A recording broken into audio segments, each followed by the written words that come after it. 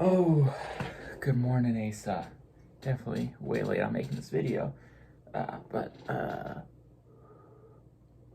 So Dad asked a really good question, which was, why is it that one orange is quantum and one orange isn't? What makes an orange, or in real life, like anything, any particle or group of particles, quantum or non-quantum? So the first is a weird thing. I think it's kind of the first. It's what I learned in physics class in high school. It's that the wavelength associated with a particle is inversely proportional to its mass. So the bigger a thing is, the smaller its like quantum wave is.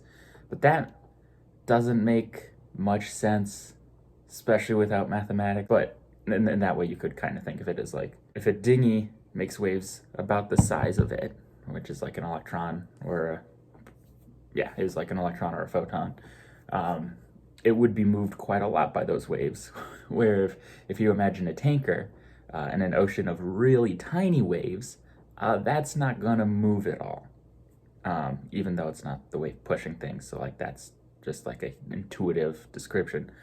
Another way to think of the difference between the two is not just in size, but what they're made up of. So our quantum orange, that was like a single quantum particle, like an electron or a photon, whereas a real life orange is made up of, surprisingly, more than one electron, as well as some other things like protons and neutrons.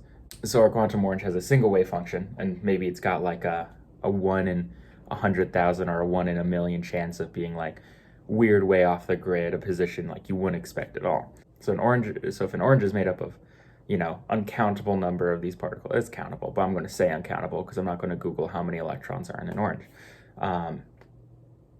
And so with an electron, right, you might get a weird amount where it's over here or over here, and you're like, wow, that seems like quantum, because that's not how, like, when I throw an orange, it goes straight. But then when you think of the orange, it's kind of like saying, like, well, maybe one of the orange particles went out here, but there's so many of them, there's probably one that went that way, and they, like, all average out to being in the same place, because there's also, like, forces holding them together.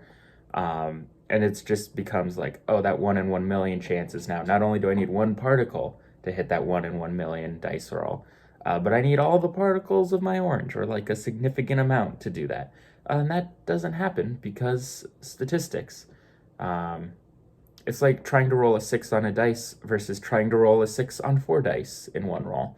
The second one is way harder, and now you have like a trillion dice, and deal with it. Those are kind of the two ways to look at it in like an intuitive, not like, let me get out a pen and paper and teach you linear algebra way. And grain of salt me, because I'm an undergrad, but so hopefully that answers that question a bit. I figured I'd do like these little talky talk videos in between those ones, just as a little, this thing's going down, this is like an answer to your question, or this was a mistake I made, or blah, blah, blah. Anyways, I'm going to go get to work on class and hopefully do some more data crunching. So maybe my next video will either be about what quantum tunneling is, or I can start showing you some data or something. Anyway, Asa, you have a good one, and I will see you on Wednesday.